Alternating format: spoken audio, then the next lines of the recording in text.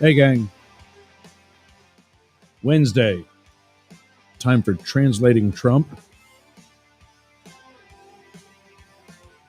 Forgive me if I'm a little disorganized. I've got a new arrangement on 4 monitors, and I think it's going to help kind of move things along. It's Wednesday. Let's see, where's it at? Yeah, looking clueless. It is 11:03 Eastern here in Tampa. 10:03. Yeah, that didn't happen.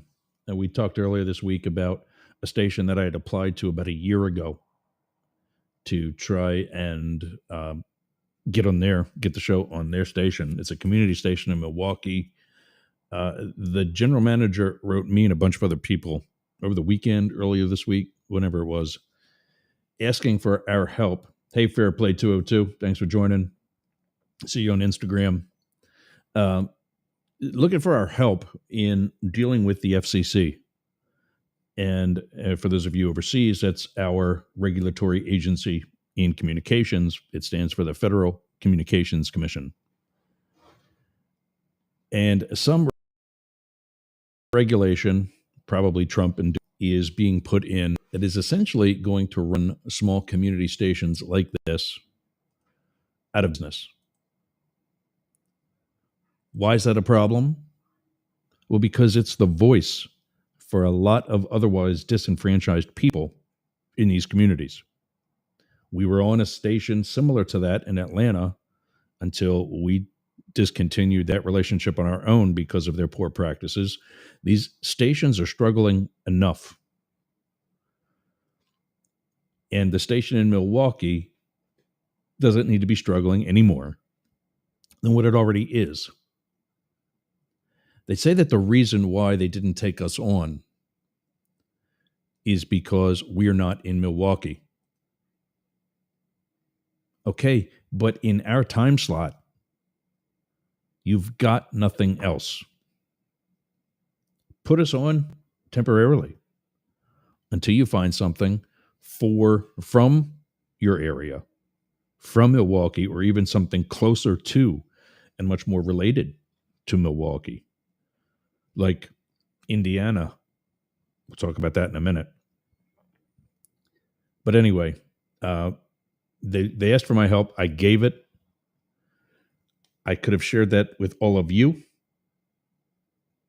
Depends on what stations we've got, but from anywhere between 25 or 30 to 55 or 60,000 people a day. If we get 1 in 20, that's more than the number of people that this guy was asking for. Yet, not an option. So we'll be taking Milwaukee down off of there and putting the West Coast back up. We know it's 3 hours past, so 8:06 right now in Las Vegas, where we're on KSHP, K-Shop, 1400 AM and 1071 FM. Oh, well, there it is on my cheat sheet right in front of me. Hello. Good station there. We really like working with them. Yeah, there were bumps 6 months ago, but that was 6 months ago, and 2 when we were all new to each other. Now it's we're on a 4th day a week there, working on getting Thursday. We're Monday, Tuesday, Wednesday, and Friday, 8 a.m. to 9 a.m. local time. Our first hour of the 2-hour show. Don't forget, Las Vegans and anybody listening online, you can jump over to Yergz Radio, YERGZ radio.com, or watch the video on yergz.com. Still spelled the same way. Ken's got it up on the screen for us. Good morning, Ken. Good morning to all our super fans. Hope Travis is with. Great show last night. I actually wound up guesting on that show for a period of it. Really good discussion. And where some of that is going to filter over into today. Last night we talked about martial law and the implementation of martial law. And even if that is going to be a thing, so far there's no really confirmed statements from the Trump administration as to whether or not there's going to be martial law at all for whatever. But also today, we're apparently clowning around in DC. So we'll talk about that too once we get started. It's 4:08 p.m. in London, 17:08 in Berlin and Gaza. In 2 days from now, Gaza will move forward 1 hour. It's 18:08 in Tel Aviv, Jerusalem, Kyiv, and Moscow. 11:08 p.m. in Perth, Australia, where you're possibly listening on radiox.com.au. 8 minutes after midnight in Tokyo, Japan. Shout out to our new listeners there. I don't know how they're listening. I just know that they are. I see that, well, actually, some of it's on Yerg's radio because that's where I see them, but also some get the podcast, the same episode, just later released in a podcast. We're seeing plays that way. And then 1:08 a.m. in Melbourne, Sydney, and Canberra. We're back to radiox.com.au, where they're listening there. So welcome, everybody. It's Wednesday for us here in Tampa, and it's time to translate Trump. Philip Blackett joins us each week. He's a Harvard-educated, 6 or 7 time published. Oh, I got his link. He sent me a new link. I'll dig that up while we're both talking. His newest, Life After 40. We'll bring him out and make sure I get this right. It's free up until Sunday, and then you got to pay for it. There's that one. There we go. Phil, welcome back. Always good. What's going on, Ross? How are you? Yeah. Free up until Sunday, and then you got to pay for it. Yeah, just wanted to really get it out. So basically, I just released it on Amazon yesterday. You got this free book promo from today until Sunday, whether it's U.S., people in Canada, United Kingdom, Australia. If you shop on Amazon, it's available. Basically, Life After 40. Just a way just for us to work and help each other out, regardless of political affiliation, to be a benefit to each other. So. Nice. All right. Well, let's get. I keep telling you that I'm going to do better at holding your feet to the fire. Is today the day? I think today's at least it's at least going to be a match or a lighter. But today will probably be at least a little challenging and make you think a little bit. Okay. Or maybe, and you're allowed to say, this is bat poop crazy. I don't agree with this particular move, behavior, statement, whatever. Like, me well enough, Ross. Like, I got what I wanted in November. So there's no dog in a fight for me to be 100% aligned with a particular person if I honestly don't think what they're doing is the right thing. Right. Well, so yeah. I like to shoot it straight, so I'm with you there. That's fine. So yeah, the Trump transactional certainly showing through. I'm just realizing I can rearrange some other things here on my desktop. Give me a second. There we go. 4 monitors. Are you trading stocks right now, given the plummet? No, but that's one of the things. This is actually a gift for a lot of people that are looking to get in the markets, but they haven't been able to do it. But we could talk about that too. Yeah, I just wish I had money to actually invest in this right now. I would if I wasn't spending $8 for a dozen eggs that was supposed to go down 75 days ago, I would be putting that change into the stock market or into Bitcoin, which is actually still going down.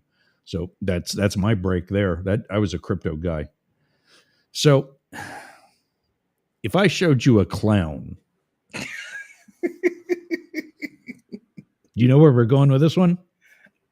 Listen, the fact that you started with clown already tells me the angle we're going here. But sure, I'm just looking for the images, the GIFs here. Clearly we changed the wallpaper here. I'm looking for Bozo here we go. I'm looking for Bozo or it to show up all of a sudden. So that's a clown. Yes, it is. You can agree with that. I do not stand clowns. That's a very scary clown. Yeah. Absolutely. Yeah. I don't like those movies either. I don't even know which one that's from, but that's another horror movie. Mm-hmm. I steer clear from that stuff. Yeah. I'm a vampire kind of guy. Nope. Nope, not that either. Nope. There's a bunch. These are the two It's popular versions. Pennywise. Pennywise. Yep. Oh, goodness. Who was the first? Timothy. There's the one. There's Bill. I can't think of who the first guy was. Was in Home Alone. Was in the Rocky Horror Picture Show. Oh, I don't know. You said Home Alone. I thought Joe Pesci. No, he was the hotel manager that the mom in Home Alone. Do bundle up. I can't think of him. And he actually denied being in the Rocky Horror Picture Show for a while. I don't know why you would do that. It's a cult movie like that. Anyway, I'm not seeing it on here anywhere. So where are we going with this? Outside of scaring me in the morning. That's another clown. I got to change something here. Window. Unfortunately, I can't. Here we go. Tell me the number of clowns that you see in this next photo. It should be one because it has a clown wig, but I'm guessing the answer is actually two. No, I would agree. I would agree. One. Okay. But according to Indiana Senator Jim Banks, you would be right if you said two. So no, it wasn't a trick question. Okay. Yeah, I only have one so far, but oh no, I got to go back to the other one. Damn it! I need a producer. You kept on referencing Ken. I thought Ken had came on to do the job for you. I was impressed. We didn't. He works from home. That's the challenge there. Oh, so now I got this other screen. I'm using my wider screen for all of the different things that I'm sharing today, and now that doesn't exactly fill out the way I would like, but I think everybody can see that, and I think the bigger deal is to hear it. Let's back that up a little bit. Why is that not? See something here. I think we're good enough there. All right. A huge wave of job cuts is now underway across several U.S. health agencies.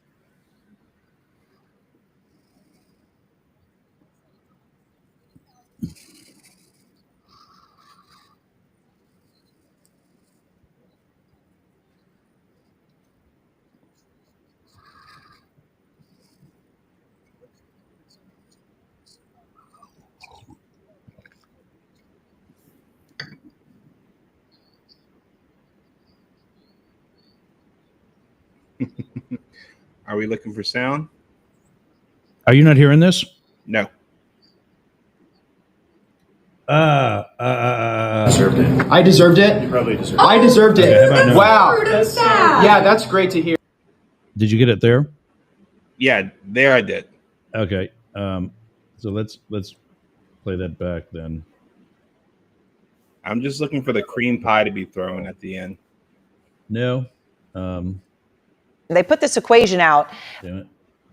Well, good morning, everybody. The American hillbilly versus China's so-called peasants. It all started with this. And to make it a little bit more crystal clear, we borrow. They put this equation out. All right. Now I'm pissed. Let's see if we can find it in the history. There we go. Is that the video?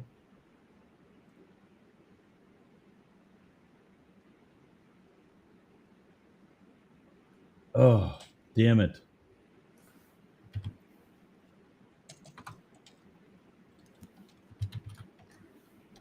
See if this does it.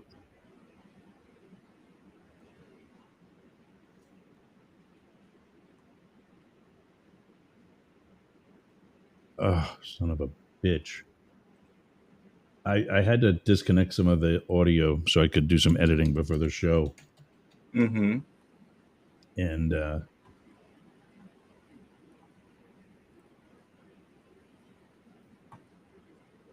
why is that not coming up here? There we go. Okay. Now it should be getting sound again. A huge wave of job hearing that? cuts is now underway across several You're hearing that okay? Okay. Yeah. There, take two. U.S. health agencies. An FDA employee calling it a bloodbath. Once it is all said and done, some 10,000 full-time employees are expected to be laid off. Some terminated federal workers have been holding protests inside the Capitol. And during one of those demonstrations this week, one fired probationary employee approached Republican Senator Jim Banks about the cutbacks. We want to play part of their exchange for you.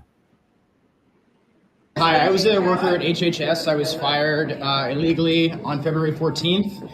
There are many people who are not getting social service programs, especially people with disabilities. Are you going to do anything to stop what's happening? You probably deserved it. I deserved it? Probably deserved I deserved it. Dude, wow. sad. Yeah, that's great to hear. Why did I deserve it? it because you seem like a clown. All right, well, there you go. Now Senator you get the Banks joke. released this statement to CNN about. Now you get the joke. You know, Senator Banks is calling this guy a clown. And so Goodness. here's a statement. Out that moment, quote, I have no sympathy for left-wing activists who have been let go from overpaid positions that should never have existed. I do have mean, sympathy like for senators? the hardworking Hoosiers whose tax dollars have been wasted on bankrolling these positions. Let's talk with Max Schroeder now. He's the former federal worker who... So do you recognize this guy?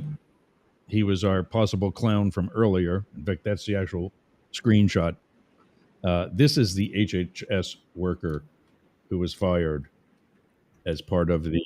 And I get one of the issues is that when you're a probationary or I forget what I was called in my first 3 years, you can be you can be terminated for any reason. There's nothing, literally nothing. If they say, you know what, this just ain't working, we don't like you, that's the agreement that you come on as a federal employee. And I think that's why his position and some of the others were upheld by the Supreme Court. But really, there's no other reason. And, you know, let's listen to more of what he had to say. Took that video and had the exchange with Senator Banks. Mac, thanks so much for being with us. I wonder what you make of that encounter. Were you doing anything clownish? Not that it seemed like. I was really just there to not even talk about getting my job back or being reinstated. I really just wanted to ask him what he was doing to ensure the residents in his state are getting the services that they're entitled to as we cut workers who are really ensuring that grants are going out the door to programs, in my case, working on programs that support people with disabilities and older adults. So I was hoping he would have, some sort of plan to say, this is why we're cutting workers. This is how we're going to continue supporting residents in Indiana. But he just responded, as you saw. Were you surprised by Senator Banks's reaction? I mean, what did you think? I was. First of all, I didn't ask him, what is he doing to help me get reinstated in my position? I wasn't asking, why did I get fired? What are you going to do to make sure me and other employees get their jobs? I was just asking, what are you doing about the social services that are being cut, specifically for people with disabilities? And his response was just that I deserve to get fired. So I think he didn't even answer my question. It wasn't really about that. And I still have not heard a response about what the plan is, as many of these staff get cut and the programs are potentially defunded. They put this equation out there we go. that looks like it could have come.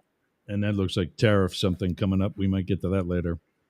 But one of the things I didn't even catch that he just pointed out there, he actually didn't ask about his own job. He asked about some of the services that are now not being monitored or performed by the jobs that aren't filled. And the show was on last night, The Point with Travis Evans and his posse, a group of great guys.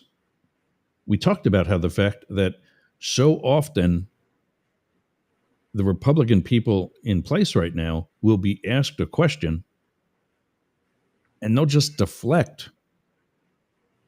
Do you think this guy was a clown?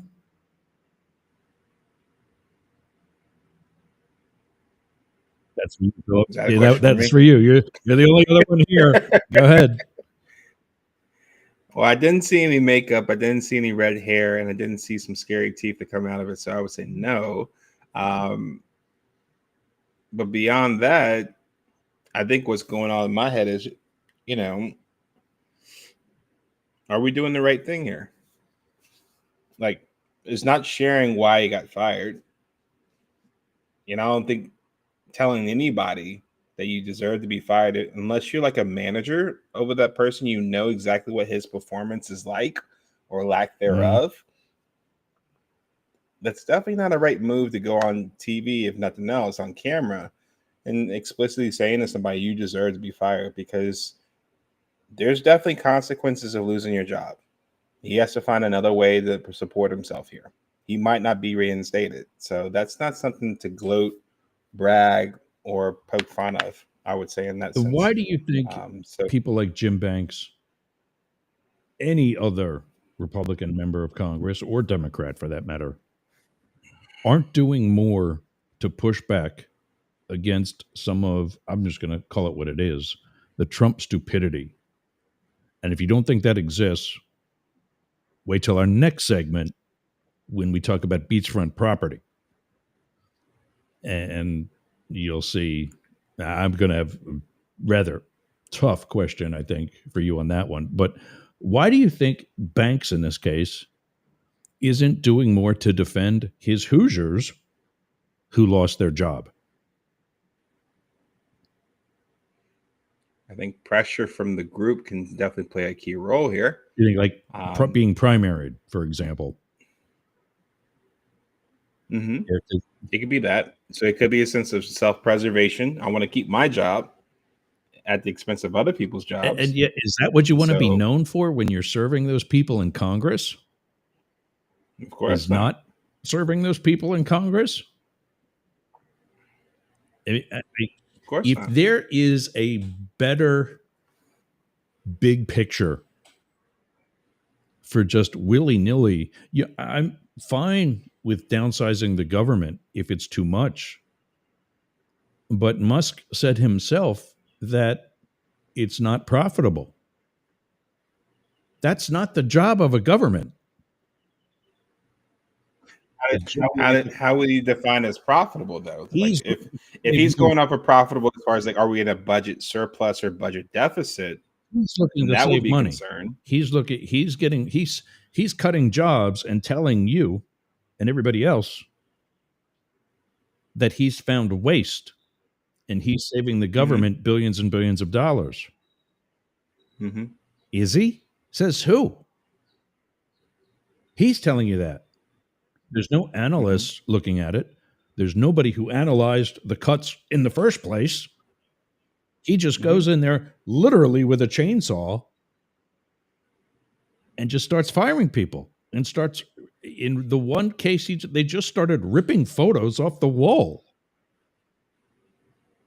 What is that? I think one question that comes up in my mind, Ross, is I do remember when Doge was first created. First of all, where's Vivek on this one? He's been gone. I thought this was a two-man job. All right, so I think this.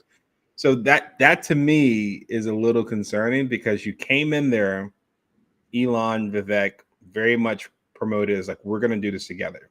Now he's no longer there. He's looking at trying to run for governor now. I don't think he made it beyond the first week of the inauguration. Like, that's of interest to me. I'm curious about what happened there behind closed doors, because why is Elon taking all this? Because Elon has much more on his plate than Vivek does.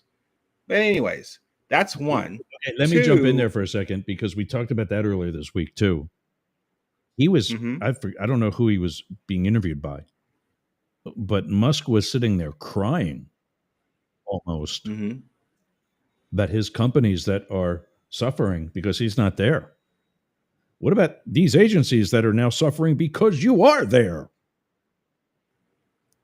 Let's win-win. It's a question. Put these people back to work. It's a question of whether or not do better analysis. Meanwhile, go fix your own companies. Go ahead. Continue with your second point. It's definitely a question that's worth noting. Do we think that Elon's being spread too thin, being on his own as far as leading this, right? Because if it was a two-man effort and your partner in crime basically bailed, I guess because he wants to set up a run for governorship coming up. Sure. But and so obviously you have a lot on your plate here. You already had a lot on your plate managing these companies, these multi-billion-dollar companies, let alone taking on this effort to try to look for waste in the government, lead this charge with people that are unpaid to look for all these things to help save money and that sort of thing. I could make an argument that Elon might be spread too thin here. Oh, yeah, and we're searching for things to like justify what's being done. The second point I was going to mention too is I do remember when Doge was first promoted. I don't know if it's on there because I'm not necessarily on Twitter like that, but are they still sharing what they're finding? I thought there was supposed to be an era of transparency. I don't to know what really know what they were sharing, because the biggest turnoff to me, and keep in mind, I've been a baseball umpire since I was 12, an ice hockey referee since I was 13, a police officer since like 27 or 28. Yeah, 27 or 28. And then I was actually 28 when I was hired by the Secret Service. I turned 29 later that fall. I've been in some level of impartiality my entire life.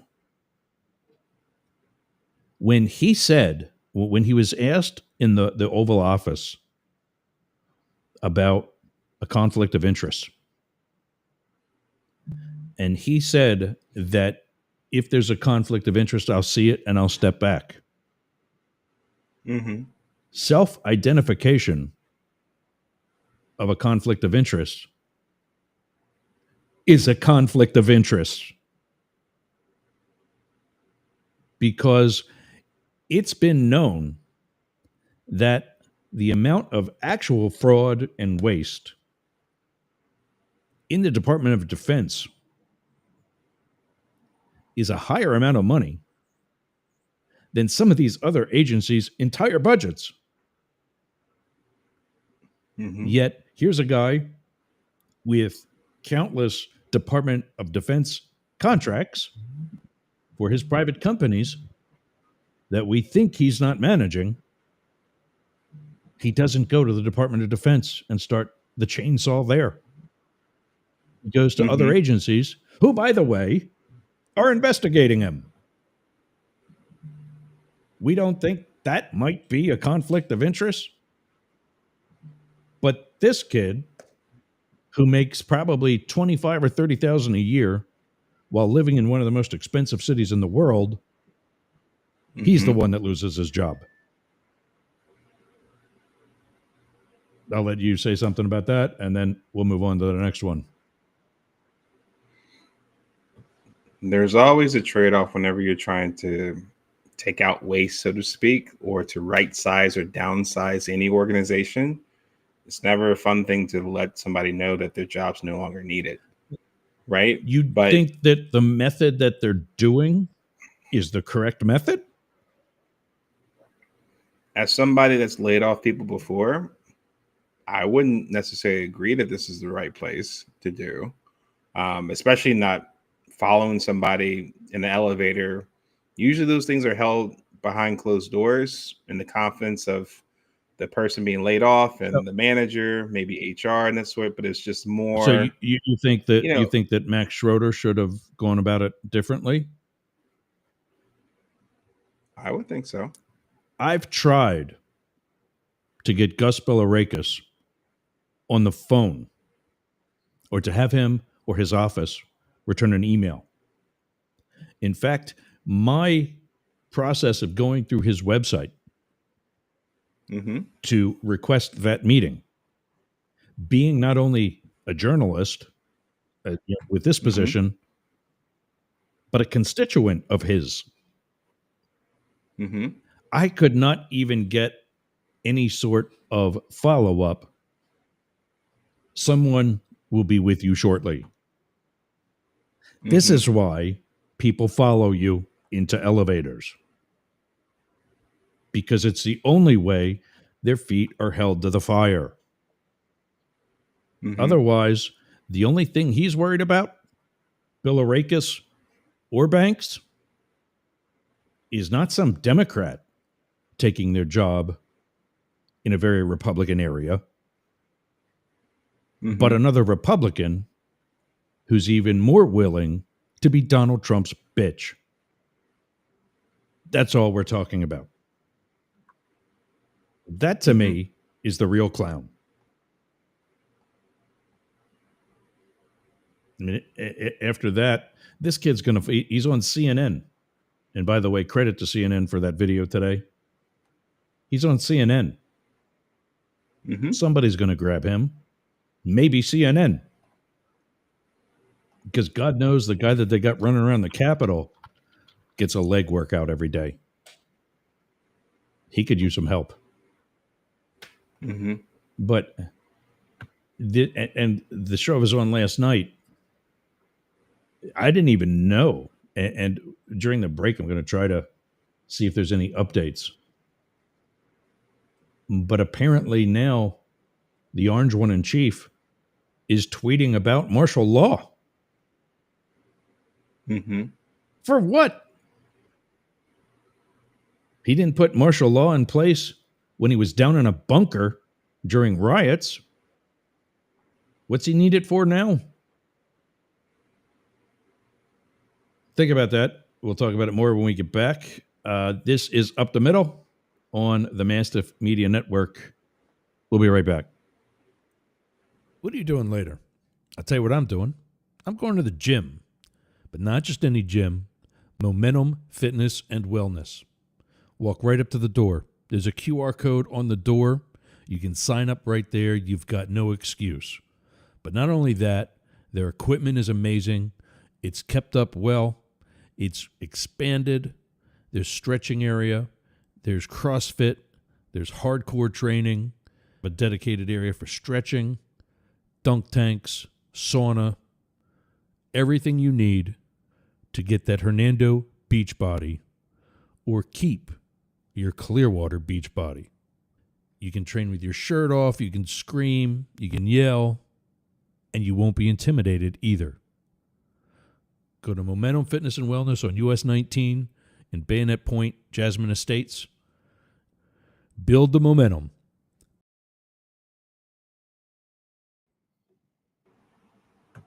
Just pulling up. There doesn't seem to be anything updated. Is why people think Donald Trump might be.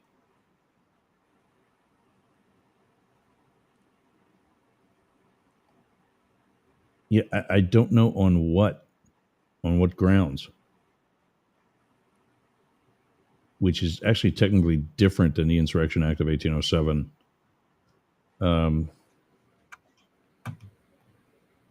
I mean, well, let's get into it because the next segment, where I think we're pretty much going to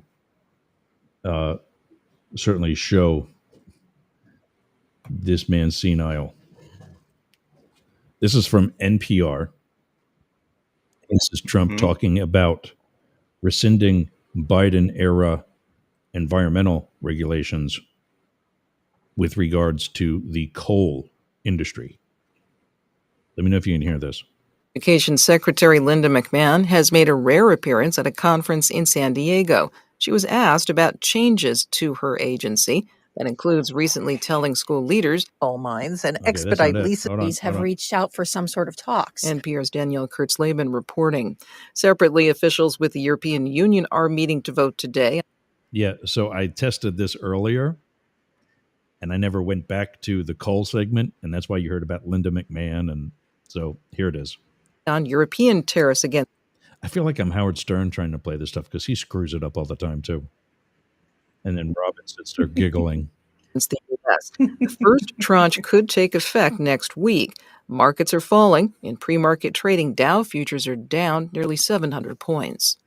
The president has signed executive orders designed to revitalize U.S. coal production, NPR's Mara Liasson reports. Standing in front of a group of coal miners wearing work uniforms and hard hats, President Trump signed orders that would remove regulations for new coal mines and expedite leases for coal mining on federal land. He said the orders would crush Biden-era environmental restrictions. For 4 long years, Joe Biden and congressional Democrats tried to abolish the American coal industry. They did everything in their power. Coal mining's decline began in the 1980s, and more recently, it's lost ground to low-cost fracking. That's on top of environmental regulation.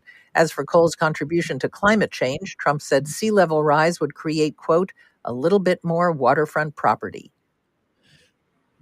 Are you kidding me?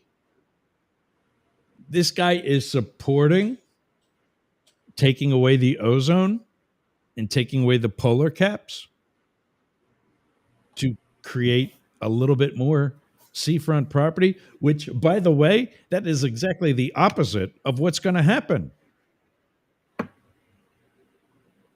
If you have X amount of land sitting in Y amount of water, and you add Z amount of water to that, and that goes up, it's going to cover some of that beach property and decrease the size of the amount of beachfront property.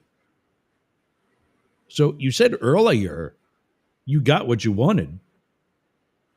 This is what you want? He doesn't even know that the polar caps melting will take away from land space. That's the president of the United States. How can you defend this guy? I mean, you don't have to go back to being a Democrat. Not at all. But there's plenty of other Republicans with a brain. Listen, what it all comes down to is this, okay? We're about 4 months in to his first term back. Not even. Okay. So not even that. So at least 3. And already he's a shit sandwich. Okay. And already he's a shit sandwich. You would think with 4 years of experience under his belt, he'd be a little bit better.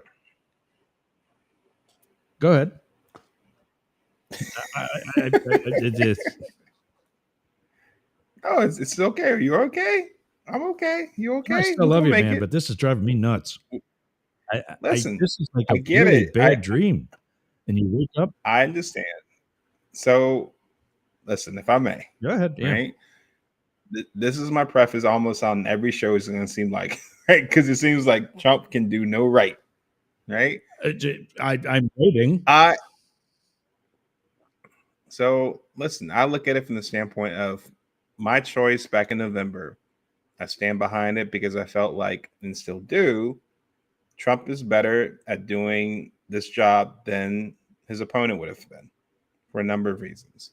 Now that that's passed, we've been almost 6 months since then. This is a point where it's like, yeah, it's him, it's his administration, his team that he put into place here. I had no vote on the team and the people in there. I voted the person that's the president, the commander in chief. I think it's jump fair in there for a second because we had this conversation on Friday Fights. And Matt and Blake, who, by the way, is no longer with us, Blake walked out on Friday and has decided that yeah, I'll tell you that story if we have time. I'm about to say, what happened? Oh, yeah. Blow up number 2. Did you run him off the road here or something? Blow up number 2. But they both said months ago, back it was last summer sometime, that you elect a president and a vice president, and that's it. And I said, no. You elect the president, a vice president, their cabinet, and their entire administration. Yeah, you're trusting them to make those decisions. Correct. Yes. And so when you pick somebody like Elon Musk, who's in charge of Doge, you're also picking them because there's some sort of process that they're going to put in place that's going to make sense. They're not going to go around saying that DEI hires are gone and that now we're going to hire on qualifications and merit and go put somebody like Pete Hegseth in charge of the largest military in history. That does not make sense. He might be a great guy. I got body art too. And I had a pretty haircut for a while too, until I finally let that go. But that doesn't make me qualified to run CNN when I'm struggling to manage things here at Mastiff Media. So I was expecting a lot more. And granted, keep in mind, I want him to do well, because that makes you're going to do well and I'm going to do well. Travis Evans, Ken Williams, we're all going to do well if Trump does well as his administration. But I can think of 2 actual accomplishments that he has so far that maybe somebody says are positive. And the people actually involved don't agree, by the way. That's changing Denali National Park back to what it used to be called by nobody, and that's Mount McKinley. Keep in mind, the Alaskan natives and anybody in Alaska still called it Denali. Chevy even has a pickup truck called Denali. And the Gulf of Mexico, changing it to the Gulf of America, just shows that your ignorance in why it's called the Gulf of Mexico is not for the country. It's because when it was named the Gulf of Mexico, that was the name for all of North America, from Central America all the way up to the polar caps. It was all Mexico. That's it. You can't tell me that with the legal cases that are in play about these firings that we've accomplished anything. We have no idea how much money we're really saving, because all we have is Elon Musk, and we already talked about that today. Nobody knows what that is because it stopped. And now apparently, I didn't get a chance to, I guess it didn't rank high enough today, but apparently he's stopping. He's apparently now leaving DC or leaving Doge, or what does that mean? Is Doge finished? Has the cabinet been fighting each other about this guy for long enough that they got to get back to, I don't know, running the government? What's left of it? I need to take a breath. I'll let you say something. And then if you want, I'll tell you the Blake story. Netflix, if you're listening in today, please take kindly to my request, my humble request. Put House of Cards back. Yeah. Make it about this Trump White House. I promise you. Yeah. Yeah. That is. I promise you, it'd be worth I think that's the smartest. You can even get the guy from SNL to be Trump if you like. But yeah, I think there's enough fodder clearly to do at least 3 seasons of House of Cards. That is the smartest thing you've said since you've been on this show.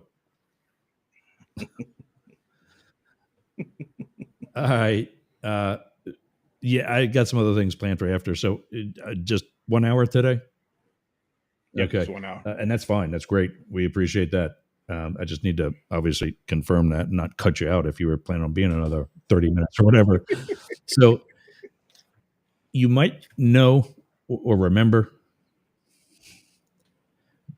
Oh, well, I know when it was, because my parents were driving down here from Pennsylvania while they were listening to the episode. It was late February, about the 21st or 22nd, whatever that date was for that Friday.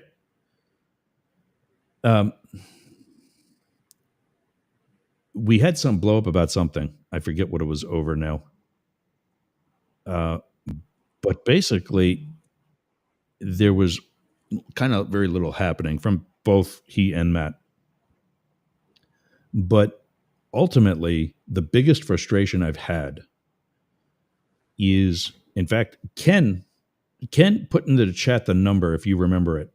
Ken actually recorded, or not recorded, but timed each of us for the amount of time we speak during the course of an episode. And I think I think Ken said he had like 60 or 70% of the 2-hour show was his. I mean, that's an hour and 20 minutes of 2 hours, or excuse me, an hour and 20 minutes, which would be 80 minutes out of 120 minutes, out of 2 hours. And so I'm like, really, dude? And I went off on him about that because he kept cutting me off, as he often did. And it turned out we were trying to end the episode. And that's when I went off on him. And by him, I just need it because there's a number of names, number of heads. I'm just trying to make sure. Blake Fisher. This is Blake. Who is the Republican on Friday Fights. And I don't know if he thinks it might have been because he's the Republican. There's things I've disagreed with Matt, but my if I have a gripe there, it's because he doesn't chime in as much. The rest of our show this past Friday was, I think, some of the best conversation we've had, because it was the two of us, just like you and I here are back and forth without somebody trying to dominate. That's not the actual major host of the show. And so he leaves, and we end that episode and we agree that we're going to talk off the air. This is back in February. We're going to talk off the air because he didn't want to do it in front of everybody. And I said, Blake, this is the longest conversation you and I have ever had. When are we going to talk? And he had something to do that day with his kids. And I'm not going to ask him to stop that. But then he went on one of his trips with the family. So he was gone for 2 more episodes. 2 more. He was gone a week, but with us, he was gone for 2 weeks because it was 2 Fridays. So he comes back 2 weeks ago.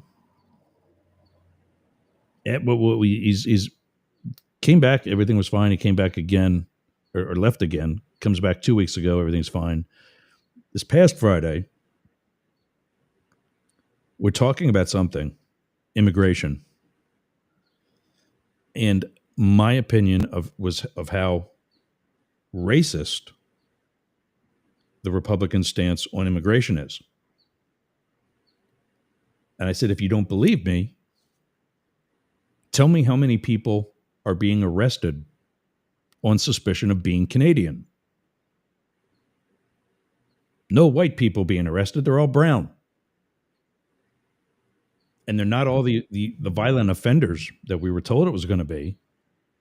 It's a mother, a wife down here in Florida somewhere who gets back from her honeymoon and gets arrested trying to come back into the country.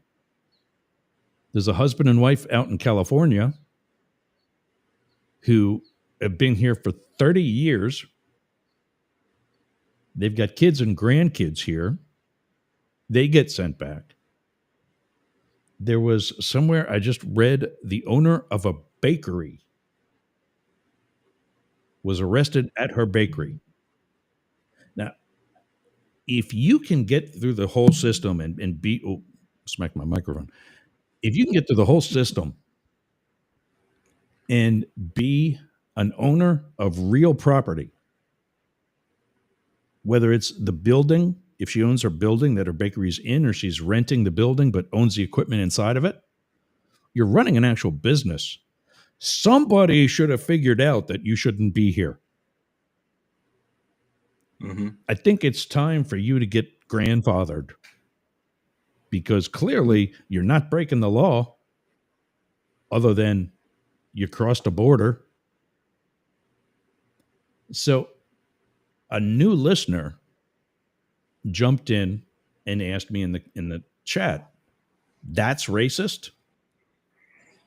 And he said, "What about I think he said, what about the Roman salute or the Nazis?" Something he was regarding Elon Musk and the salute he gave in DC. Mm-hmm. And we knew from previous conversation that the person was new to the show.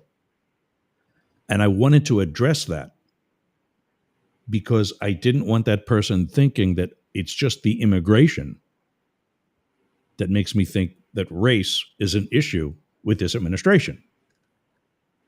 Blake jumps in right away and says, "I'm sick of talking about this. I don't want to talk about this anymore." Meaning the Nazi salute. Mm-hmm. He says, "Yergs, every time you don't like somebody, you call them a Nazi," which is not true. I've called, last night on The Point with Travis Evans and the guys, I said I've called 3 people Nazis, and it's actually 4. Because one is kind of not always, and we mentioned him today. But I call 3 people Nazis because they do govern in fascist ideologies. Donald Trump, Florida Governor Ron DeSantis, and now also Elon Musk, who, by the way, through his whole life, has been a known Nazi. His family from South Africa was pro-apartheid. What did he do after he did that salute that was supposedly not a Nazi salute at the inauguration? He got on a plane, flew to Germany.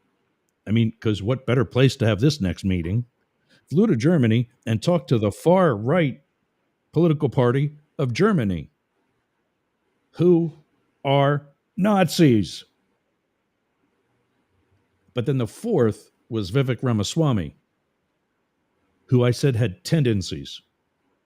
Blake, months ago, even agreed with that. In fact, he was the one that actually mentioned it first. And I'm trying to say, I get it. We don't need to have a whole episode on talking about the Nazi salute. All I got to do is update this guy and any other new listeners of the show that it's more than just immigration that, in my mind, is a racial issue with this administration and with not just the Republican Party, but particularly the MAGA movement within the Republican Party. And he wouldn't let me. He just kept jumping in. So I muted him. Well, Matt splits up laughing, which didn't help matters. Matt just busts up laughing. And yeah, I get. I'm glad I wasn't on that show because I probably would have done the same. I've done that before, and it's usually because we're goofing on each other, and right. I would think they backed me into a corner, and by having the controls of everything like that, it's the last thing I had was to mute him. But I seriously muted him in that moment, so I could just tell this guy, which I kind of thought by now he had already figured out, that yes, there are more racial issues with this administration than just immigration. Let's go to commercial now. If he would have just heard me and heard me acknowledge that we don't need to be talking about this and beating a dead horse, I just need to get this guy caught up, we'd be finished. Okay. But what does he do? He splits his screen and he's sitting there with like this "I told you so" look into the camera, while the other half of his screen is a video loop of Tim Walz doing the same salute. Mm-hmm. When he actually, in his speech, said, "My heart goes out to you." And I said, yes, that's wrong too. Okay. Not because we think Tim Walz is also a Nazi, but because now the Republicans are going to do, which they've done, is take especially the still shot of the stiff arm saying here's how we think this guy is. Why are you Democrats not chastising him as an independent and somebody who can think for themselves and who, like I said earlier in the show, has spent my life being impartial? He was wrong too. It was a poor move. When you can just go like this, let me get into the camera, do the whole hands where you make your hands into a heart. That's the same message, and it's not done by Nazi Germany or any other fascist regime in history. So right after I said that Tim Walz was just as bad, well, he had Tim Walz up on his screen. He leaves. He just cuts his feed and essentially, even though it's virtual, walks off the show. And I'm like, what is that all about? Moment. And so Matt was like dumbfounded. He tried to go to message him in the group chat. And you may have seen in that he left. He took himself off the Facebook group chat. Oh, okay. That was why. I haven't replied back to him yet. Because I'm not finished talking about it here, obviously. But he sent me 2 emails that day. The second one because he didn't think the first one came through. But yeah, he was saying that it was something a long time coming. My audience doesn't like him anyway. And that's not true. They just noticed that you hug the mic. And the concern I had to him that I said during the first blow up was that 3 consultants that I've worked with over the past year have told me that he's hogging the mic. And that it's not because I say, we're all hobbyists, we're all learning, we're all really ultimately inexperienced. And they said, no, it's ego. And in that conversation, when I said, I know that we've talked about this long enough, I want to get this man and anybody else like him up to date. He said, you don't need to do that. And I'm like, then who are we here for? And that's when I knew the consultants were right. So anyway, now you're up to date, and so is anybody else catching that story for the first time. My thanks to those of you who are hearing that story for possibly the third time if you lived it with us last Friday and heard me talk about it earlier this week and address the issues. There it is one more time. Thank you for your patience. I think we're pretty much done with that, unless Matt wants to talk about it on Friday again. But you've got to get out of here. We're after 12 o'clock. So a little bit tougher of a discussion this week. Nothing, hopefully nothing that would send you leaving too. We're hiring, by the way. If any of you are home during the day and want to add your 2 cents. And Kanye, who interviewed in a Grand Wizard outfit. Yeah, that's just mental illness there. Kanye, or Ye, or whatever he's called this week, that's I don't think that's so much a racial issue, just what I see, not knowing the guy or anything like that. I think that's clear mental illness. I think we're beyond eccentric when he's bringing his wife to a gala event. Was it the Oscars or something? Yeah, you don't want to talk about that either. Yeah, get going. Get out of here. I'll see you again next week. You know what? I got to put your link up. Is the other one still okay? It's the same link. It's basically redirecting to the Amazon page. No. Okay. So link. The Amazon link that I've had is the same. Right. In the lifeafter40book.com, it's redirecting to the book's Amazon page for the free book promotion. Good. Yep. Good. All right. Well, there's that. Life After 40 by Philip Blackett.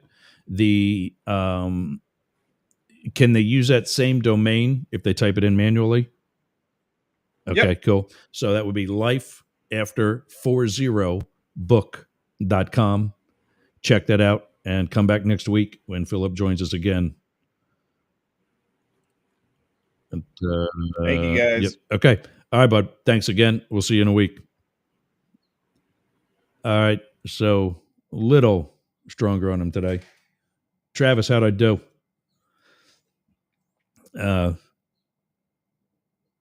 There's definitely a, let me see. Oh, this is the other. Yeah. That's the Amazon link direct. But you can also check that out. Life After Blackett. Life After Blackett. Life After 40 by Philip Blackett. So Ken says, that reminds me, I never had an issue with Blake, but he does hog the mic. I wanted to explain to him, normalize not knowing or understanding things and learn something new. Yeah, he was well versed. That's what I was telling my mom. He's very well researched. He's no dummy. And I still do believe that part of his problem is an experience. He admitted that leaving in the form or in the fashion that he did wasn't the best idea. But, it was what it was. Leaving in general, and I do agree now. My point was when these consultants said that he's hogging the mic, I told him about it. I'm not going to harp on him about it because I'm not his boss. Yes, this is my show, and I do want it to head in a certain direction, especially now that we're monetizing. We're on more stations. We're on stations overseas. They're liking us. And for as much as we might fight, if anybody else were to try to fight him, or I'll be the first one. There's coffee to defend the guy. I guess it's another Howard Stern moment, huh? I'll be the first one to defend the guy. He's a good man. But I think that really showed through that perhaps ego is part of the problem. In that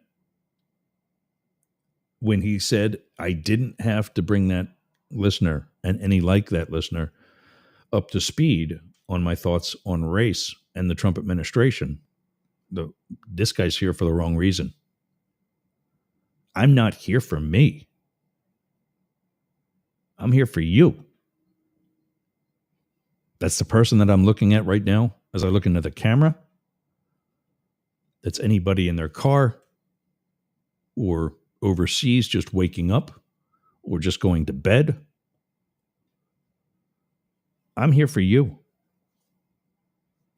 The moment that I find some other show that discusses politics with the utmost amount of courage and fearless approach, that's a balanced, tries to look at it from both sides, reaches out to listeners that are on both sides, I'm out. I would love to be out on the $50,000 worth of jet skis that are sitting out in my backyard right now.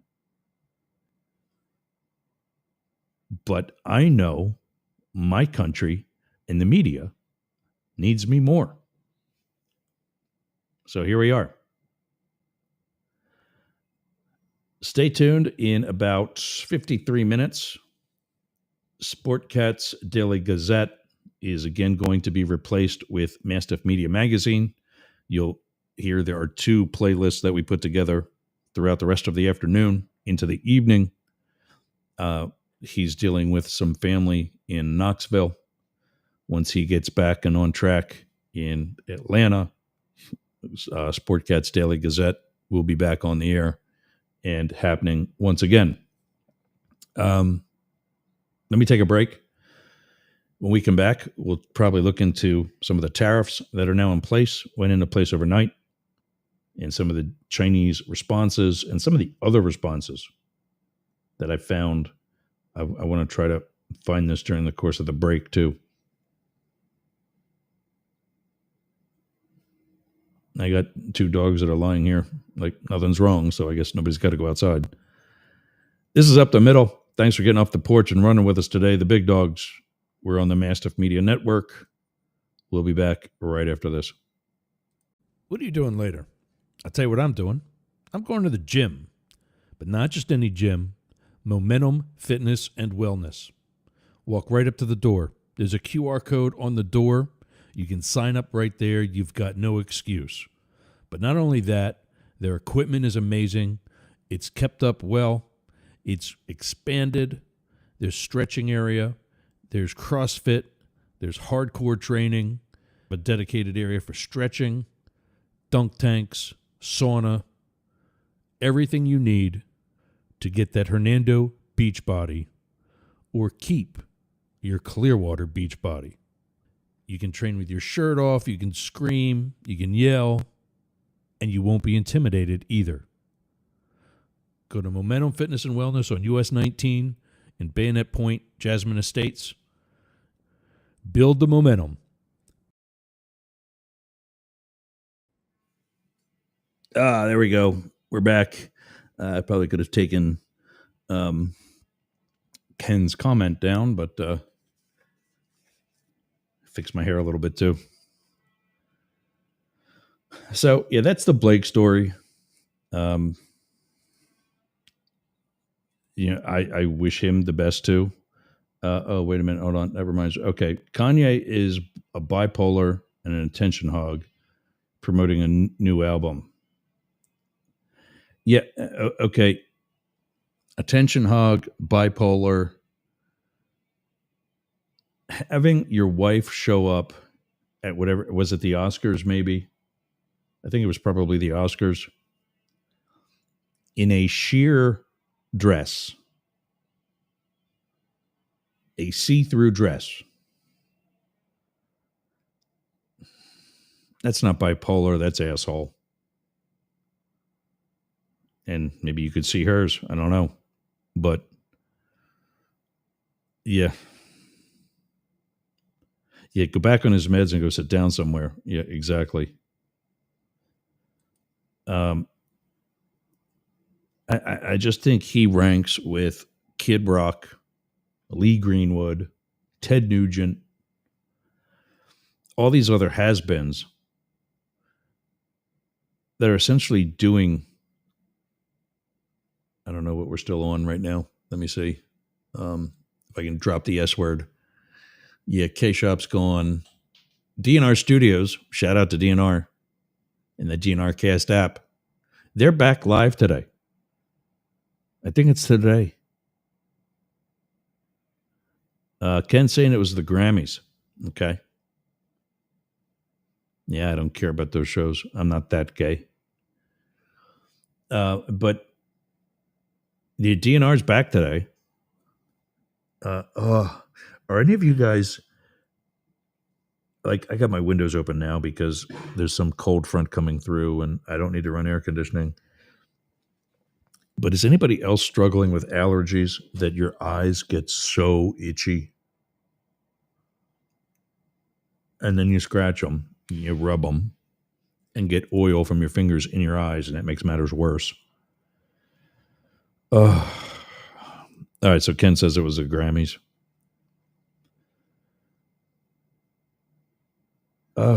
Well. So up next, I wanted to look at some of the tariffs again. And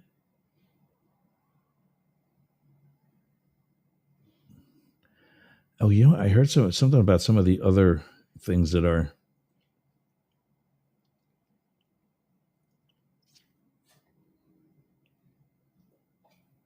Aaron Rodgers is going to the Jets. Mace, you okay?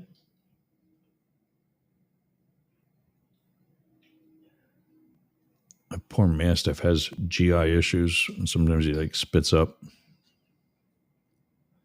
Ken says pollen's still around. Yeah, I'm telling you that again.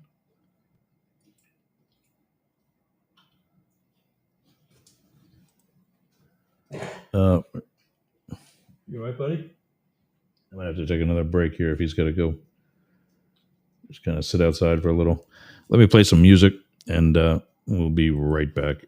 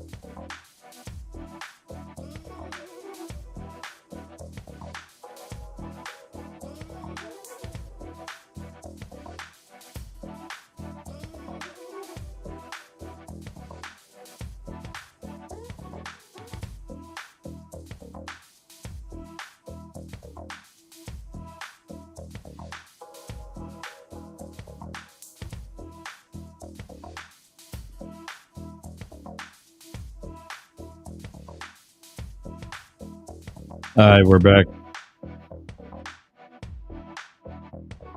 So let me finish about DNR. DNRstudios.com. Derek and Romaine, formerly of Sirius XM, now of their own network, DNR Studios. It's a subscription service and it's worth every penny. When I recommend that to you, I don't get any sort of kickback other than you can listen to me there instead of where you're hearing me right now. Go to DNRstudios.com. Check out what they've got. There's other shows. There's recipes. They have a travel agency. In fact, we're just getting back today from a cruise that they've both been on. And if you follow their social media, they were posting every day about it. Some really fun-looking photos. Speaking of fun, more coffee. I remember when I put the green screen filter on, and I would drink through this rainbow cup, you could see through the green and yellow stripe. All right, so for the remaining 45 minutes, we're going to take a look at Elon Musk saying that we recovered it.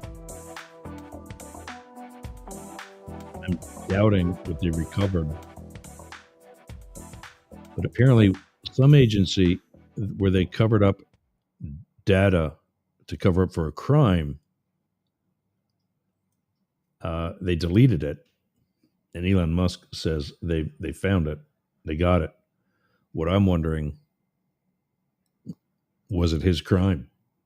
Because he's being investigated too. Of course, those agencies don't exist anymore, but nobody cares about that. Gum up the works. Senator is single-handedly halting confirmation of over 300 Trump nominees. I mean, on its face, I got to say that's a good thing. Because if we need 300 more people when we're getting rid of people, what's that phrase the kids are saying today? Make that make sense. Surprising China. The news they got sends stock market reeling. And this was, that was 19 hours ago. So that's really more yesterday's closing. We'll find something else about how the stocks are doing right now, today, and see what's happening there. And finally, all of 3 hours ago, the other thing that's crashing is Mango Mussolini's approval rating.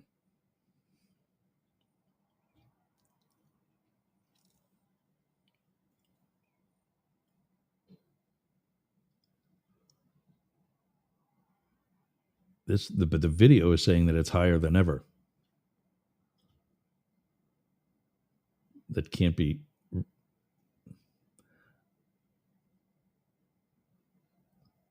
We got to hear that video. I got to see that video because I got to see what that's talking about. Let's start with that. So, as of 3 hours ago, Trump's approval rating is a key indicator of his political strength as he navigates his second presidential term and prepares for future policy battles.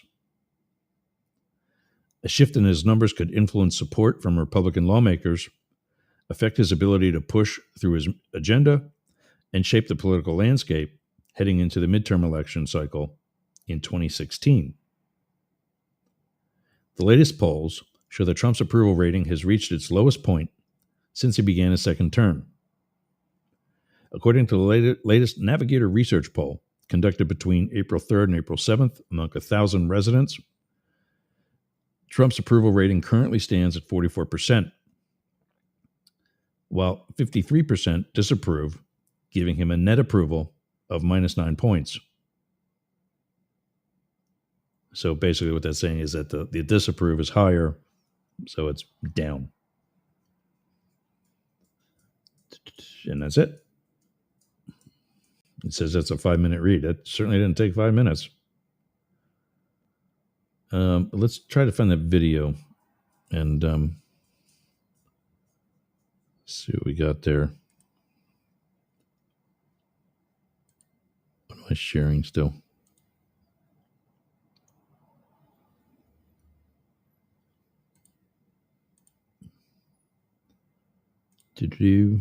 All right, let's see what this video has. I mean, I don't even know if it's got sound. Well, there's sound, so there's that. All right. Donald Trump's approval rating.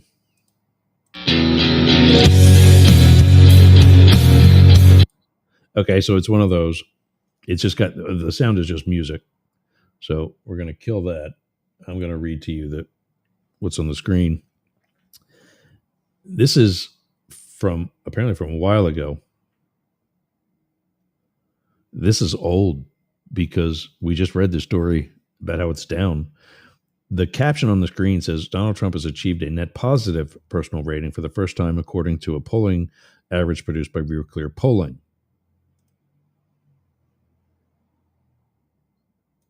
Which has been tracking his approval ratings since July 2015. This can't be reason. The website gave the president-elect, no.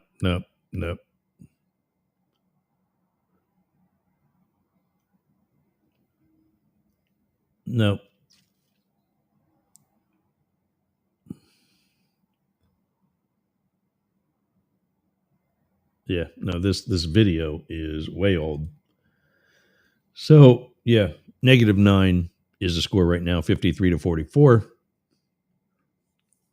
But I mean, he said over the weekend that he doesn't care about that. Okay, there's one thing like when George W. said that sometimes you have to make tough decisions. That's one thing. But he still cared. I don't think this guy cares about anything but tanking the market so that he and his buddies can invest in it and then turn it around.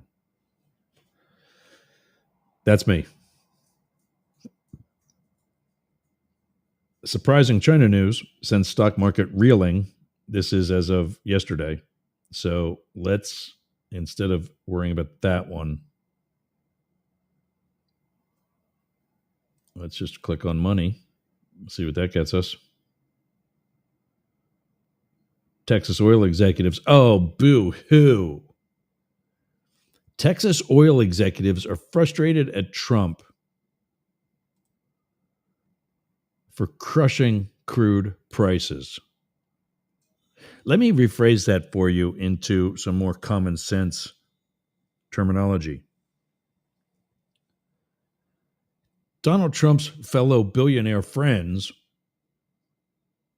are frustrated at Trump for trying to help the little guy. Translation. I'm going to open this one so you can read it too. Of course, these will be in the show notes. You can get a copy of the show. I don't cut and paste them into. I probably should. Like when I create the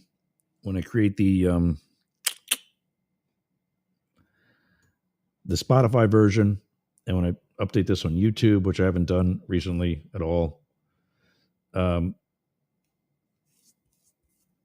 should probably include more of this directly in it instead of just. I have a Word document that are my actual notes. That's a template that I edit every show. And you can get that if you want it. Yergs.com used to have a database where you could download it from that. My prior web developer, whose name I'm not going to speak because I don't want him getting any advertising, unless you want a website, don't go to this guy. Instead, go to build a space. Where are they at? I think it's in the QR codes. Come on. There we go. Up there in the corner of the screen. Build a Space does my websites now. We're working on yergs.com. We'll be moving over to mastiff.media soon. And really good prices, good quality work too. Timely, responsive. And one of the things we'll be adding to that is a database where you can get my actual show notes, but I should probably use them, attach them to each episode as well, because I would want, there it is. Stock market is having another wild day after China retaliates against the United States.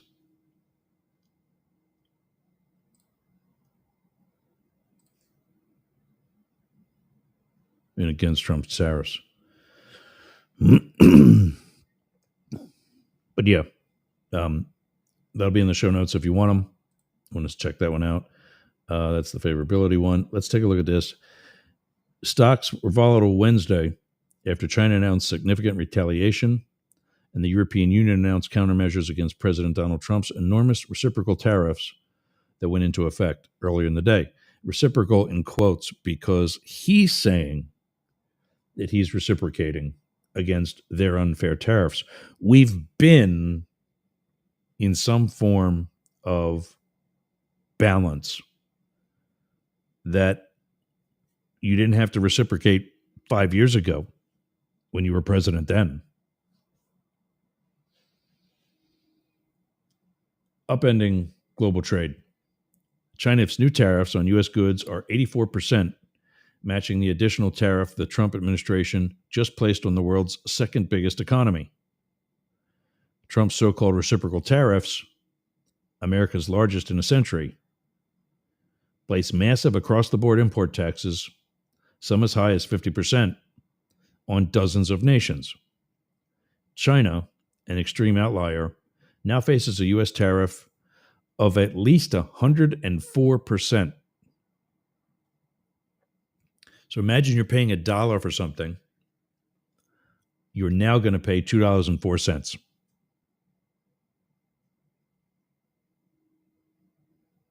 Imagine paying $1,000 for something and now paying $2,040. Thanks, Donald.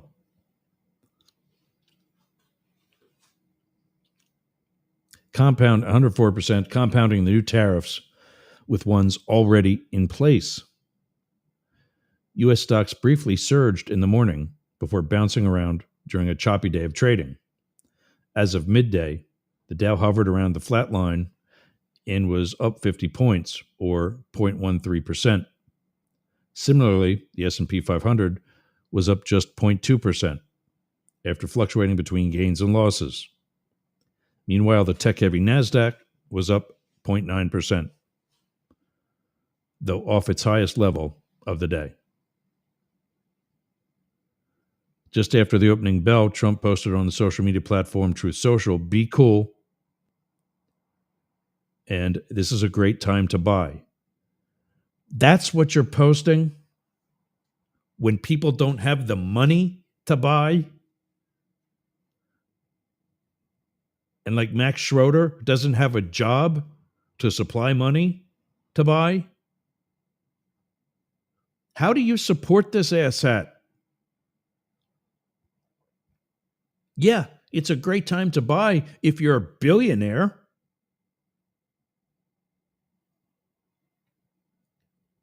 Tech stocks like Apple, Nvidia, Tesla, and Palantir all briefly surged more than 3%, signaling investors might be bargain shopping while stocks are relatively cheap. The boost in stocks could prove fleeting, however, as investors continue to reckon with the extent of the president's trade war. The EU on Wednesday announced its first countermeasures against tariffs imposed by the United States, after member states approved a proposal made in response to the 25% tariffs the U.S. placed on the EU steel and aluminum exports. It said it would start to collect duties from April 15th, stressing that these countermeasures can be suspended at any time should the U.S. agree to a fair and balanced negotiated outcome.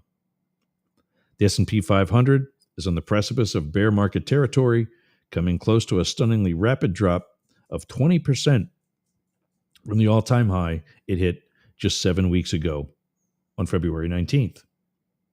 If the U.S. stock market closes in bear market territory, it will end a bull run that has been ongoing since the peak of the inflation crisis in mid-October 2022 during the Biden administration,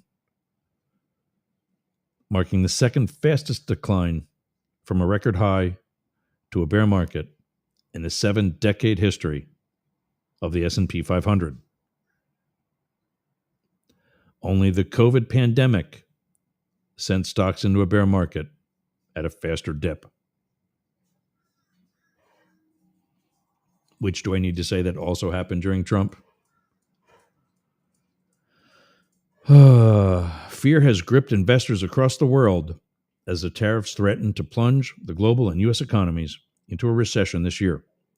Businesses and consumers will end up footing these massive tariff bills, and uncertainty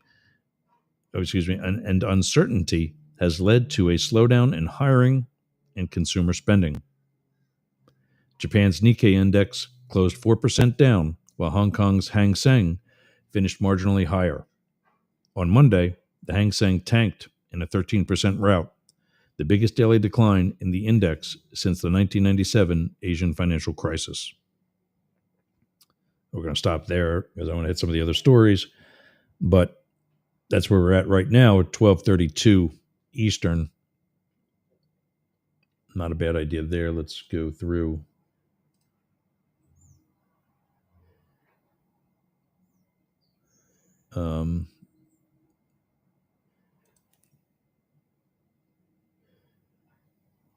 Okay, he's okay. Time update. Here's where we're at. I need to take that Milwaukee off because I'm not asking you to help. Oh, my eyes are itching. I'm not going to ask any of you to help this guy in Milwaukee when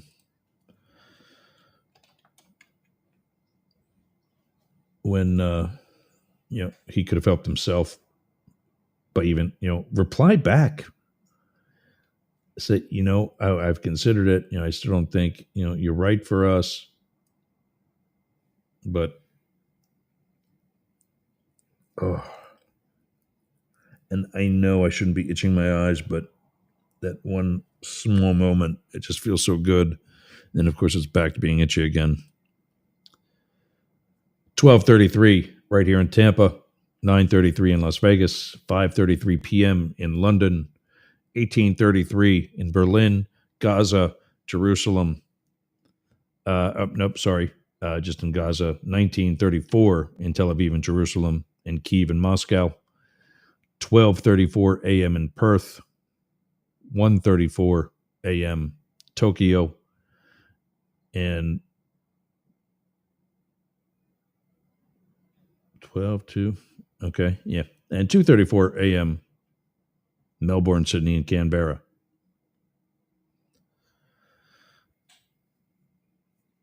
Oh, that actually hurts. All right, next. Oh, now I got to go back to that one. You know what? Let me do this instead. That's that one. That's that one. That's that one. Yeah, I want to.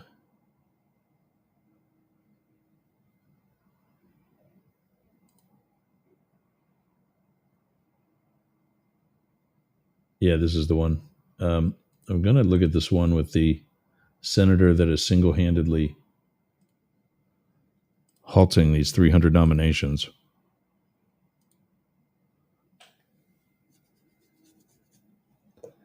Gum up the works. The senator single-handedly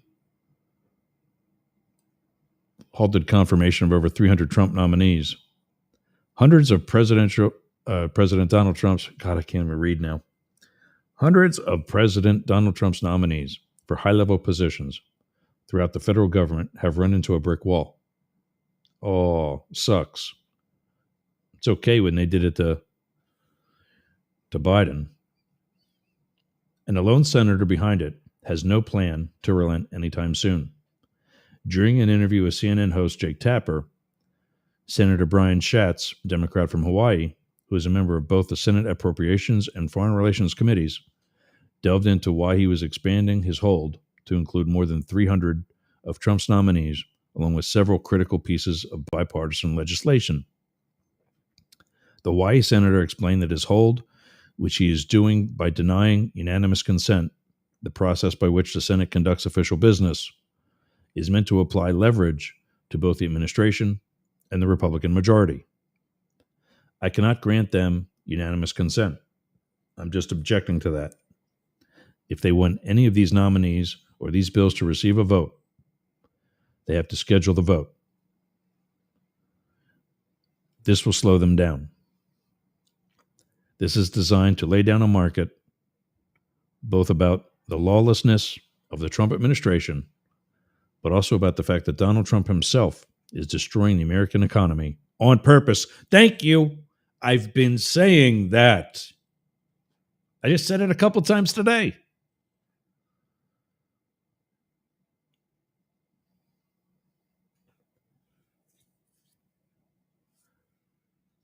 According to Axios, Schatz's hold includes nominees to lead the Office of Personnel Management, the Inspector General for the Department of Labor, and 9 bipartisan bills that have already made it through their respective committees, including bills Schatz himself voted for in his own committees. Tapper pointed out that 2 of these bills are meant to, quote, counter activities by the terrorist group Hezbollah in Latin America, and to oppose China's assault on Hong Kong's democracy. He noted that those bills seem pretty important and asked Schatz why he's blocking them. Part of what it means to do a hold is that something you're going to block, part of what it means to do a hold is that sometimes you're going to block things that you would otherwise allow to happen. Yeah, and that's the case for these. But we have to generate some leverage, Schatz responded. Yeah, I agree.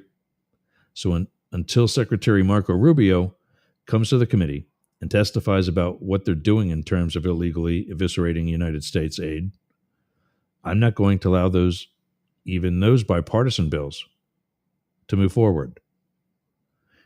We have to be willing to stand up to these folks and gum up the works, even if it's politically uncomfortable to block a bill that you would otherwise be for. Yeah, the Republicans did it, and that was okay. Tommy Tuberville. Oh, well, look at this. Tapper pushed back and reminded Schatz that he called Senator Tommy Tuberville a maniac during his blockade of hundreds of promotions for high-ranking military officers, which lasted for most of 2023. But Schatz noted that his denial of unanimous consent for Trump's nominees was completely different than Tuberville's hold on promoting military officers. Yeah, no, it's not. And what did Biden do? He came to the table. There's a pretty important distinction between what Senator Tuberville did and what I'm doing. These are political appointees, which are always or usually subject to a Senate vote. So what I'm doing is slowing them down, the Hawaii Democrat said. What Senator Tuberville did was prevent a one-star admiral from being a two-star admiral. These are career Department of Defense flag and general officers that were blocked. This is not the same as what I'm doing. Yeah, it is. I mean, I get everybody's still getting a paycheck. And it's my understanding that Tuberville's blocking Terry officers blocked by Tommy Tuberville ever get promoted. Tuberville drops blockade of most military promotions. And then on 12/19/23, Tuberville drops remaining holds on senior military.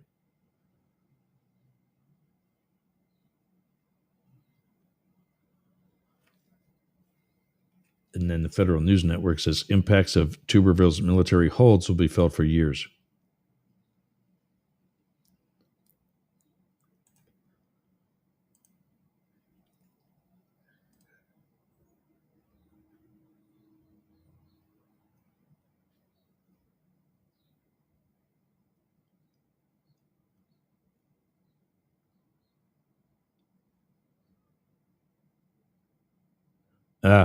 So because so let's say you're a 3-star general and you're one of the people being blocked by Tuberville to get a 4th star.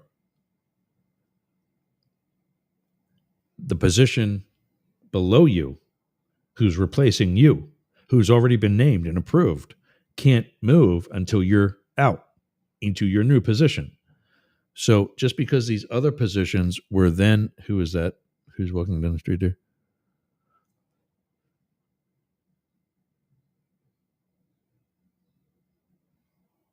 Some construction guys or something walking down. It's so they say, oh, well, these lower levels are approved. That's all great. No, it's not, because the people above that are still being held.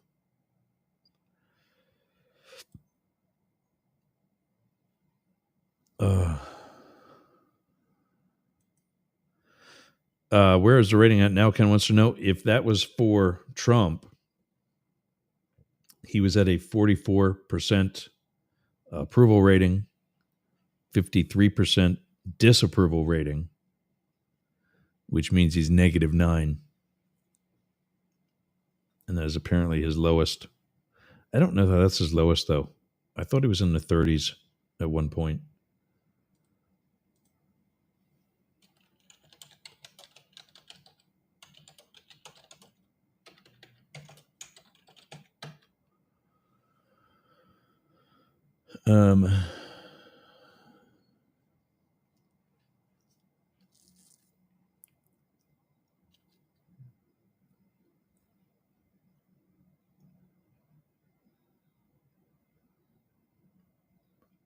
That's 3 weeks ago.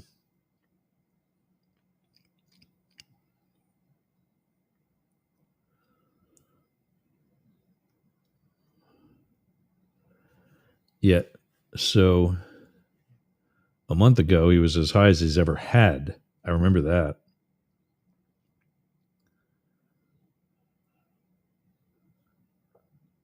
But that's not new.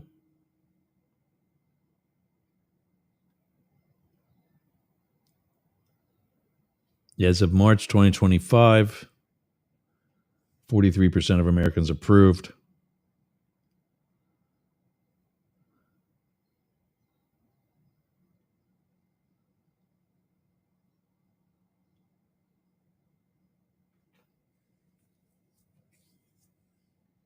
Now, of course, my eye won't stop watering. Yesterday, it was my right eye. Here we go. Donald Trump approval tracker. Boom. Of course, this is one of those I think that he has to. You have to.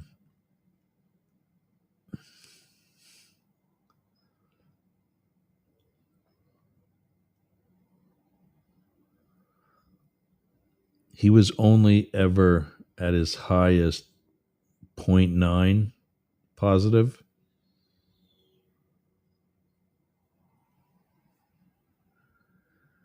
This is from the moment he ran. Was never, that's funny. Never had a favorable approval rating.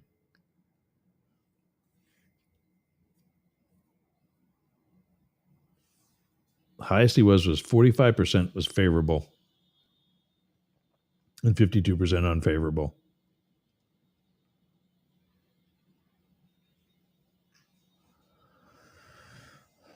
That should be telling. Oh, there it is. I'll put that in the show notes too.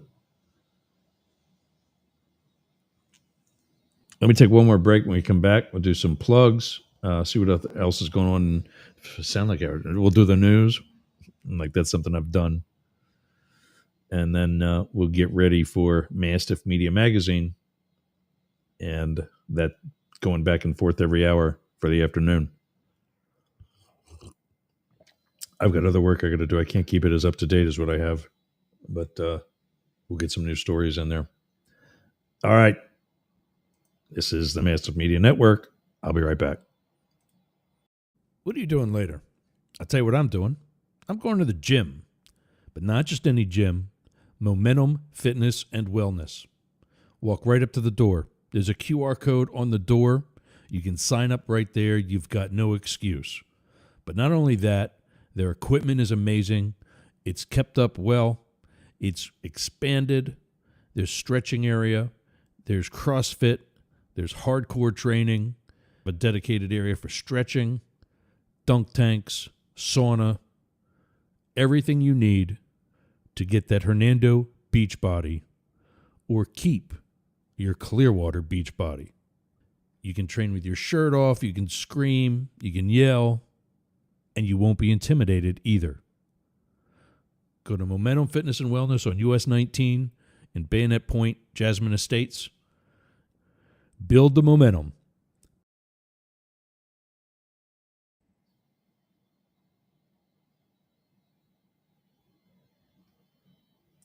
Gator fans fall from traffic light after national championship.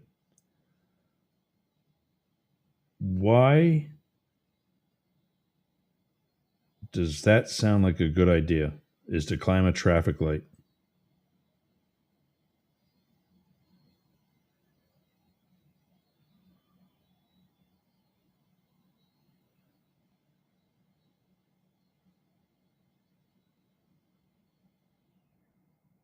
Asia Nicole Smith got her $6,500 worth of grocery money. Because that's probably not. Oh, yuck. It is. Yeah, I would not want to be her.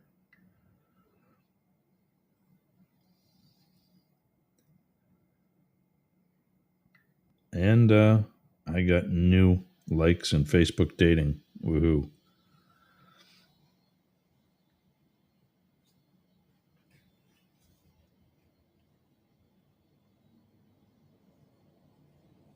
Okay. That's interesting.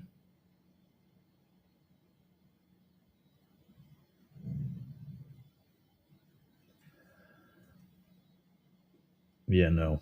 So this one guy, I should probably bring it back and put his pictures up.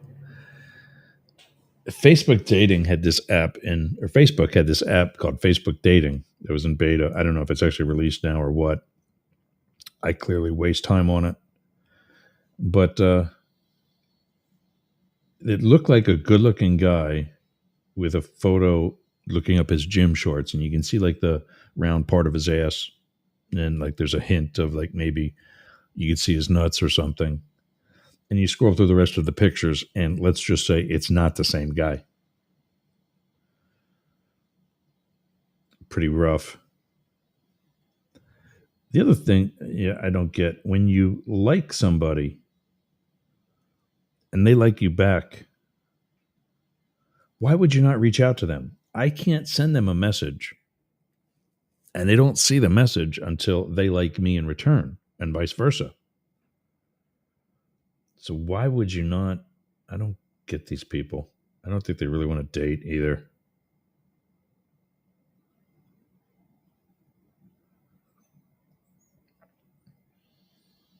This guy's 32. He's young enough to be my son.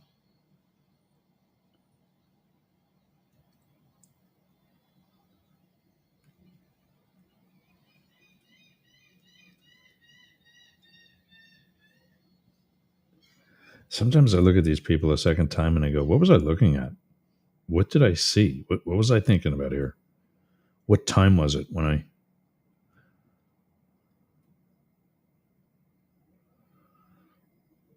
Because then you look at some of the other pictures and you go, oh, no. No, actually, no. No. No, no, no.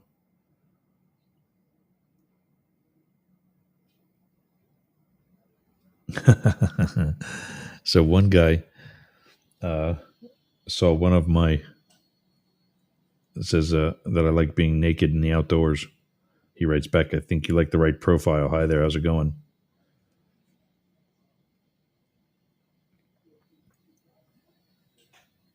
Wrapping up my radio show.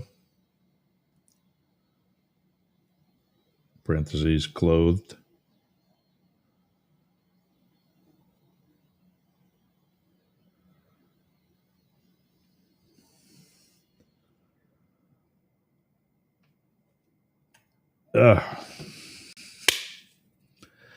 Coming up the rest of this week, we're still going to be tracking these tariffs and seeing what else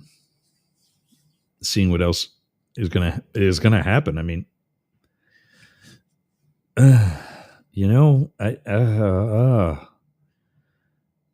like I said, I don't remember now if I said that now or if I said that last night on Travis's show.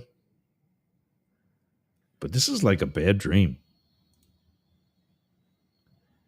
Because you can't tell me that you're liking what's happening with our country right now. Anybody. If you seriously believe that this is just the pain that we have to suffer to make things better. Well, what were you calling the economy during the Biden administration when it was better than this? Wasn't that bad and we got to get rid of Crazy Joe? Am I mistaken?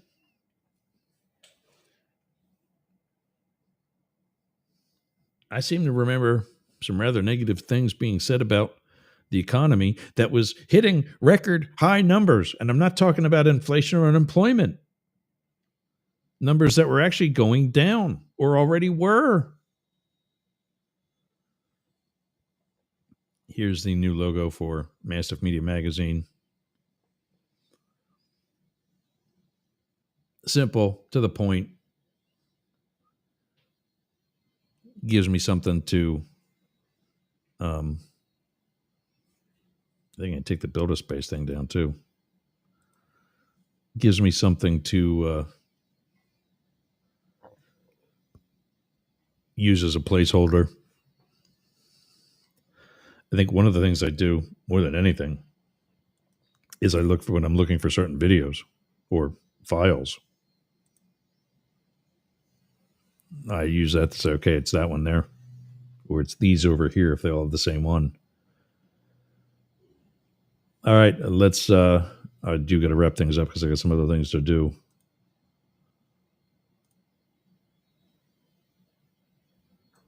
Don't forget to check out our meetup, Internet Terrestrial Radio Group, or really what is now known as Radio Roundtable. Search Radio Roundtable in Yergs, you'll find us. If you're somewhere where you can't really tell your government that you're listening, send us a pen pal note. Tell us you want to go on a vacation. Write us at Yergs at shayyergs.com, and we'll keep the news coming to you. Check out Sea Ranch Civic Association. Go to mysrca.com. Sign up today. Great group for the Nature Coast and northern Tampa Bay of Florida. The Capital Switchboard is 202-224-3121. Call Jim Banks. Tell him he's a clown. Tell him Doge got a Goge. DNR Studios back today, 5 p.m. Eastern. Go to dnrstudios.com. Check out Derek and Romaine and company. We're the only political show on DNR. Jane Stahl can be reached through Studio BBB, and I'll give you that email address again for her. It's for all of us. If you have poetry that's going to go in the publishing for the Boyertown Area Expression for this month, go to studiobbb.org or boyertownareaexpression.town.news. Philip Blackett was here earlier. He can be reached through his socials by going to @Philip Blackett. Philip with one L, Blackett with two T's, and he'll be getting right back to you. Matt Deemer can be reached, matt@dailycryptonews.net and info@deemerforcongress.com. He's the host of the Daily Crypto News, now a part of Mastiff Media Magazine, as well as the co-host of Friday Fights. Here's the address for everybody. This is a catch-all address if you forgot or lost the others. Write us at news, NEWZ, @Yergs, YERGZ.com. And for show notes and other information, go to yergs.com or mastiff.media. I would say that Sportcat's Daily Gazette is up next, but it's not because he's out this week dealing with some family issues. We'll be playing Mastiff Media Magazine playlists in its place up until 4 p.m. Actually, we're going to start with the guys on Mates Helping Mates on Monday when they're back to live shows. So it's going to be now until 6 p.m. with Mastiff Media Magazine going back and forth. We have 2 playlists that will update throughout the course of the afternoon, and that'll go back and forth. Ken says he saw the guy falling. What did he think was going to happen? He couldn't have been sober. There's no way he was sober. He should have never been up there in the first place. Yeah, hello. He said that looks like Gainesville, Florida. My hometown needs to grease the polls so that don't happen again. Yeah. And Ken reminds us to tell a friend, like, subscribe, share, tell a friend. Say, hey, you got to listen to this show. Sometimes it was kind of boring today, but I think the first hour was pretty good. And that's it. I'm going to get out of here. Like I said, Mastiff Media Magazine is up next. Yeah, I can do that there. Okay, good. Wake up, goddammit! Yeah, in case I put you to sleep over that last hour. There we go. All right, I will see you tomorrow. Looking forward to it. I'll see you again. Thanks for joining. Thanks for getting off the porch and going up the middle with the big dogs. I think I got that right. No, that's not right, but whatever. Thanks for joining. Thanks for getting off the porch and running with the big dogs. You've been up the middle. See you tomorrow.